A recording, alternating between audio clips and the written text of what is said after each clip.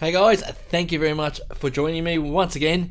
Now, just quickly before I get into the unboxing, I just want to apologise to everyone who commented on my last video. I've been sick as a dog all week and I really haven't been online very much, if at all. So I apologise for the delay in replying to your comments, but by the time this video is posted I should have done that. So yeah, thank you once again for leaving a comment, and I apologise for the delay in getting back to you. So this mail haul, if you want to call it that, is a loose figure vintage collection mail haul from the Evil Bay, a well-known seller, Tung Hori, who seems to be using different packaging these days. And to start off, we have the vintage collection Lando Calrissian from Solo, a Soy War story. And also we have a Rogue One Stormtrooper, and I've been hanging out to get one of these guys, or some of these guys, in hand. And next up we have another Rogue One Stormtrooper. These guys look absolutely stunning. And the last but not least is another Rogue One Stormtrooper.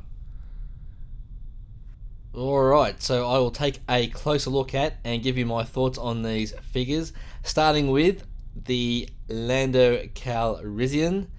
And I do have the 5 POA version of this figure, but right from the start this looks obviously like a far superior figure. The head sculpt, there's something going on with the paint on the face. There's like these dark brown ridges over the eyebrows which look a little bit weird. Comes with a slightly different weapon. It's got an extension on the barrel, which the 5 POA figure did not come with.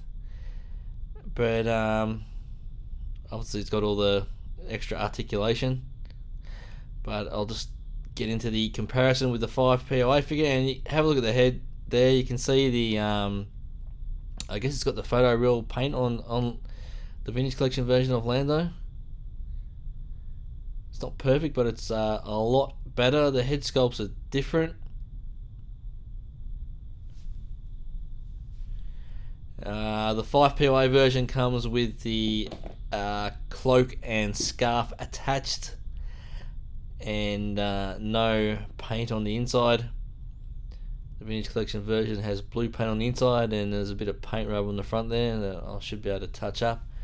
And obviously the scarf is not attached on the vintage collection version, which I can't remember if we see him cloaked and scarfless or scarfed and cloakless in the movie.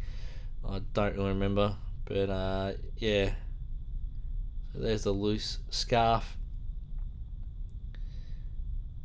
And just a quick look at the different weapons, or the variation in the weapons. The extended barrel, obviously the yellow shirt is a different yellow as well, and I cannot remember which one is more accurate. There's more detail in the red sash, and also the holster belt. Again, you can see that on the back.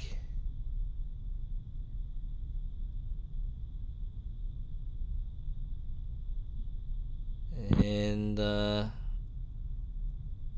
yeah, so overall, obviously the vintage collection version is a much nicer figure. I'm not going to go through all the articulation, but there you can just see the elbow and knee articulation. It's not great. 95 degrees roughly on 45 degrees. What am I talking about? 90 degrees on elbow and knee articulation, which is, it's okay, but it's not great. But still, really like this figure for what it is. Okay, let's take a closer look at Huey, Dewey and Louie, my 3 Rogue One Stormtroopers, starting off with the guy in the sort of most basic pose. And if the camera will focus, have a look at this. Stormtrooper goodness in 3.75 inch form. I don't think it's ever going to get better than this. Have a look at that helmet sculpt. The rest of the armor is sculpted pretty well. The paint isn't too bad, a little bit of sloppy paint, but we always seem to get that on these black and white troopers. I can't quite read what the imprint is there on the inner leg, but oh yeah, here's the weapon, the Rogue One version of the E11 blaster with that little sight thing on the side, whatever it is. But yeah, have a look at that helmet, and you can see the articulation in the neck there. There's a, I guess you call that a dumbbell joint, a ball at the lower part of the neck and a ball at the top of part of the neck. So doesn't, I thought you'd probably get better articulation than that out of that dumbbell joint, but still, it's not bad.